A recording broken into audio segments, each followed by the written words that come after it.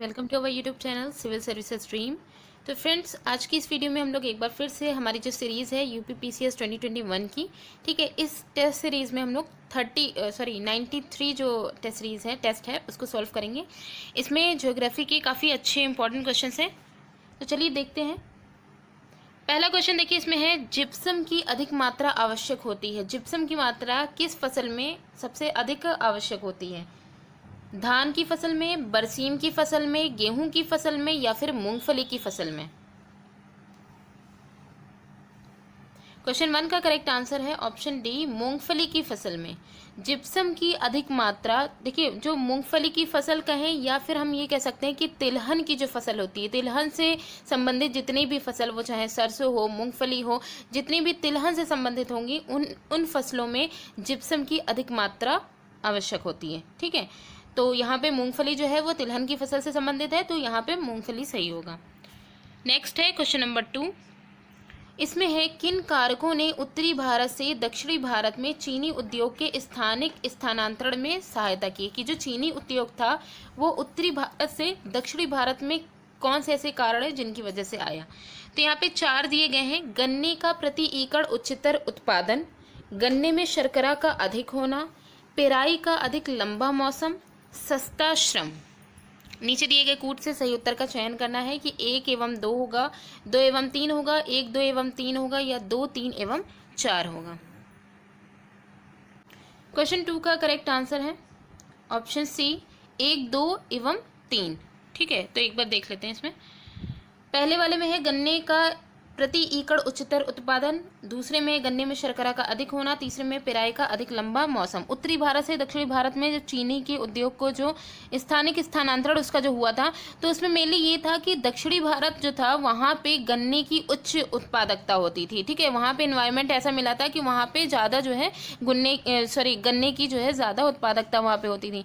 इसके अलावा गन्ने में शर्करा की मात्रा, मेनली तो जिसके लिए गन्ने का उत्पादन किया जा रहा है वो शर्करा की मात्रा उसमें सबसे ज़्यादा होती थी। ठीक है, इसके साथ ही पेराई के लिए एक लंबा मौसम मतलब मिल जाता था, काफ़ी समय मिल जाता था, जिसने एक बड़ा योगदान किया गन्ने की फसल में और उसकी बढ़ोतरी में। मेनली जिस चीज़ के लिए, जैसे शक्कर वगैरह जो इसमें बनती हैं, ठीक है, उन सब में इनका जो उत्पादन है, उत्पादन मेनली बढ़ने की वजह से ही उत्तरी भारत से दक्षिणी भारत में इसका स्थानिक स्थानांतरण हुआ। ठीक है, तो करेक्ट आंसर ऑप्शन सी है 1 2 एवं 3। नेक्स्ट क्वेश्चन है क्वेश्चन नंबर 3। इसमें है कौन सा राज्य भारत का शक्कर का प्याला कहा जाता है? ऑप्शन है आंध्र प्रदेश, बिहार, पंजाब या फिर उत्तर प्रदेश। क्वेश्चन 3 का करेक्ट आंसर है ऑप्शन डी, उत्तर प्रदेश। उत्तर प्रदेश राज्य को भारत का शक्कर का प्याला कहा जाता है। ठीक है, नेक्स्ट देखिए क्वेश्चन नंबर 4।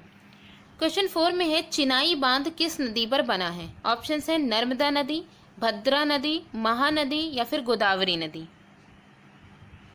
क्वेश्चन 4 का करेक्ट आंसर है ऑप्शन सी, महानदी। चिनाई बांध जो है वो महानदी पर बना है।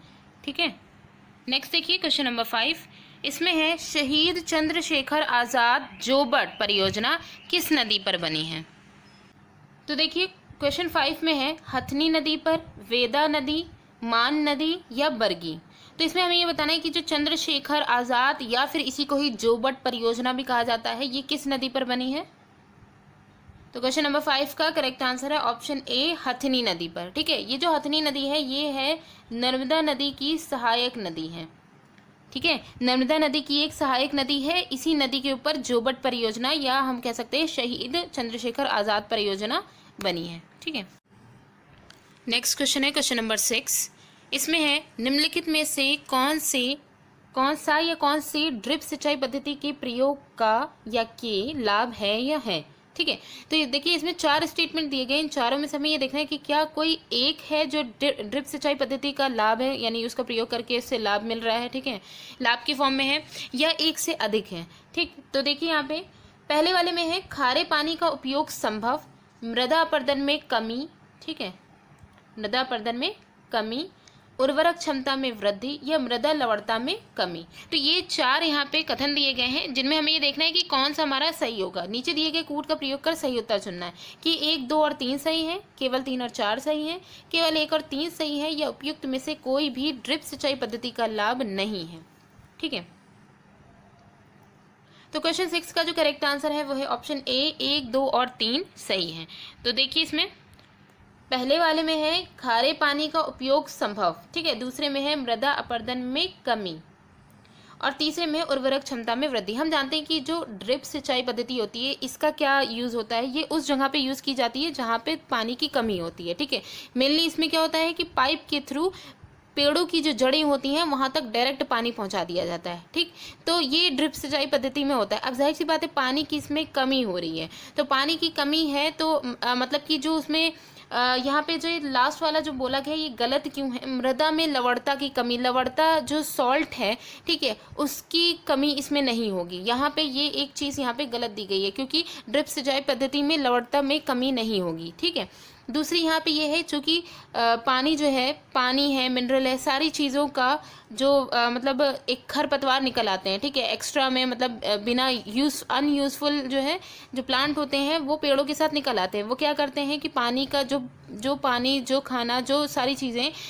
पौधों को मिलनी चाहिए वो उनको भी मतलब वो लोग ले लेते हैं, जिसकी वजह से क्या होता है कि पूर्ण रूप से पौधों का विकास नहीं हो पाता है। तो ड्रिप सिंचाई पद्धति से ये भी एक फ़ायदा होता है कि खरपतवार मतलब उनके उगने की संभावना कम हो जाती है। तो मेनली यहाँ पे हम ये कह सकते हैं कि खरपतवार ना होने की वजह से क्या क्या चीज़ें हो सकती हैं। मृदा अपरदन, पहली बात तो जो है मृदा अपरदन का भी जो है जो समस्या है ये भी कम हो जाएगी। उर्वरक क्षमता में वृद्धि हो जाएगी, ये एक चीज़ बहुत अच्छी है। ठीक है, तो और यहाँ पे ये चीज़ बताई कि खारे पानी का उपयोग संभव, क्योंकि ये भी यहाँ पे बिल्कुल सही है, क्योंकि हम जानते हैं कि जो ड्रिप सिंचाई पद्धति है उसमें डायरेक्टली पहले तो कम पानी और डायरेक्टली जड़ों तक के पहुँचाया जाता है, तो ज़रूरत भर का पानी खाली पहुँचाया जाता है। तो खारे पानी का अगर हम उसको स्वच्छ करके उसका यूज़ हम करेंगे तो ये भी मतलब ईजिली खारे पानी का भी उपयोग हो सकता है। ठीक, तो ये चीज़ यहाँ पर हो जाएगी। तो पहला, दूसरा और तीसरा ये तीनों ही यहाँ पे सही हैं, इसलिए करेक्ट आंसर ऑप्शन ए है। नेक्स्ट है क्वेश्चन नंबर 7, इसमें है समेकित जल संभर प्रबंधन कार्यक्रम के अंतर्गत कौन कौन से आते हैं। ऑप्शंस हैं समेकित बंजर भूमि विकास कार्यक्रम, सूखा प्रवण क्षेत्र कार्यक्रम, मरुभूमि विकास कार्यक्रम, या फिर ये सभी। तो ये क्वेश्चन नंबर 7 का जो करेक्ट आंसर है वो है ऑप्शन डी, ये सभी। यहाँ पे तीनों जो दिए गए हैं समेकित बंजर भूमि विकास कार्यक्रम, सूखा प्रवण क्षेत्र कार्यक्रम और मरुभूमि विकास कार्यक्रम। तो हमें ये देखना था कि समेकित जल संभर प्रबंधन कार्यक्रम के अंतर्गत कौन कौन आते हैं। तो ये तीनों ही आते हैं। होता ये है कि जो 1 अप्रैल 2008, ठीक है, 1 अप्रैल 2008 तक भारत सरकार की जो ग्रामीण विकास मंत्रालय था, ठीक है, उनके द्वारा 3 वाटरशेड विकास कार्यक्रम कार्यान्वित किए गए थे। ठीक है, जल संभर प्रबंधन कार्यक्रम, वही वाटरशेड विकास कार्यक्रम, ये कार्यान्वित किए गए थे। उनमें कौन कौन से आ रहे थे, एक तो ये हमारा जो समेकित बंजर भूमि विकास कार्यक्रम, ये जो है ये आ रहा था। ठीक है, integrated wasteland development programme. उसके बाद है सूखा प्रवण क्षेत्र कार्यक्रम, जिसमें वही ड्रॉट प्रोन एरियाज आ रहे थे। उसके बाद मरुभूमि विकास कार्यक्रम, डिजर्ट डेवलपमेंट प्रोग्राम आ रहे थे। तो ये तीनों पहले जो है किसके अंतर्गत आते थे, वाटरशेड विकास कार्यक्रम जो है इनके अंतर्गत आते थे। ठीक है, 3 कार्यक्रम होते थे। लेकिन हुआ ये कि 1 अप्रैल 2008 तक ये सब था, अलग अलग इनका पूरा जो है वो था। लेकिन 1 अप्रैल 2008 के बाद क्या हुआ, इन कार्यक्रमों को एक व्यापक कार्यक्रम, एक बड़ा कार्यक्रम उसके अंतर्गत ले आया गया। मतलब सबको एक साथ समेकित कर दिया गया, मिला दिया गया। तो वही मिल करके क्या बन गया, समेकित जल संभर प्रबंधन कार्यक्रम बन गया। ठीक है, तो वही इंटीग्रेटेड जो है वाटरशेड मैनेजमेंट प्रोग्राम ये पूरा बनकर के तैयार हो गया। इसी वजह से ये समेकित जल संभर प्रबंधन कार्यक्रम जो है इसमें ये तीनों ही आ रहे हैं। तो करेक्ट आंसर इसलिए हमारा डी हो जाएगा। नेक्स्ट है क्वेश्चन नंबर 8, इसमें है सारण सिंचाई नहर निकलती है। ऑप्शंस है सोन से, गंगा से, यहाँ पे नदियां हैं, सोन नदी से, गंगा नदी से, कोसी नदी से, या गंडक नदी से। तो यहाँ पे देखिए क्वेश्चन नंबर 8 जो है इसका करेक्ट आंसर है ऑप्शन डी। ठीक है, गंडक से। तो यहाँ सारण सिंचाई नहर जो है वो निकलती है गंडक से, होता है जो गंडक परियोजना जो है उसके अंतर्गत गंडक नदी पर त्रिवेणी घाट के पास एक जो है बैराज बनाया गया जिसमें से कुछ नहरें निकलती हैं। ठीक है, तो उन्हीं नहरों में एक जो नहर है वो है सारण सिंचाई नहर। तो ये जो सारण सिंचाई नहर है वो गंडक परियोजना जो है उसी से ही निकलती है। ठीक है, गंडक नदी। नेक्स्ट है क्वेश्चन नंबर 9। इसमें है पश्चिमी हिमालय की शीतोष्ण पेटी में निम्नलिखित में से किस एक वृक्ष का बाहुल्य है? ऑप्शन है चीड़, देवदार, सिल्वर फर या नीला पाइन। तो यहाँ पे देखिए क्वेश्चन नंबर 9 जो है इसका करेक्ट आंसर है ऑप्शन बी, देवदार। पश्चिमी हिमालय की जो शीतोष्ण पेटी है, ठीक है, तो शीतोष्ण कटिबंधीय वन पेटी में जो देवदार वृक्ष हैं इनका बाहुल्य यहाँ पे देखने को मिलता है। इस पेटी में शीतोष्ण कटिबंधीय जो वन है उनका पूरा विस्तार यहाँ पे मिलता है। इनमें और भी जो वृक्ष हैं वो कौन कौन से हैं? ओक है, फर है, देवदार है, स्प्रूस है, ये सारे जो है वृक्ष जो हैं वो यहाँ पे देखने को मिलते हैं। लेकिन जो सबसे ज़्यादा जो है वो देवदार के वृक्ष ही अन्य की मात्रा में अधिक मात्रा में। ठीक, नेक्स्ट एंड लास्ट क्वेश्चन है क्वेश्चन नंबर 10। क्वेश्चन नंबर 10 में है पीताम्बरी एक प्रजाति है। ऑप्शन है धान की, चना की, सरसों की या फिर गेहूं की। तो देखिए क्वेश्चन नंबर 10 का करेक्ट आंसर है ऑप्शन सी।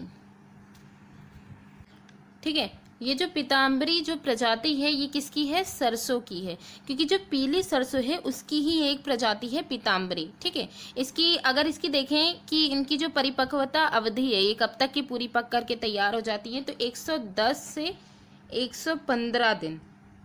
ठीक है, 110 से 115 दिन इनको पक करके तैयार होने में लगता है। तो देखें तो ये पीताम्बरी प्रजाति जो है वो किसकी है? पीली सरसों की है। तो फ्रेंड्स आज की वीडियो हमारी यहीं पे ही एंड होती है।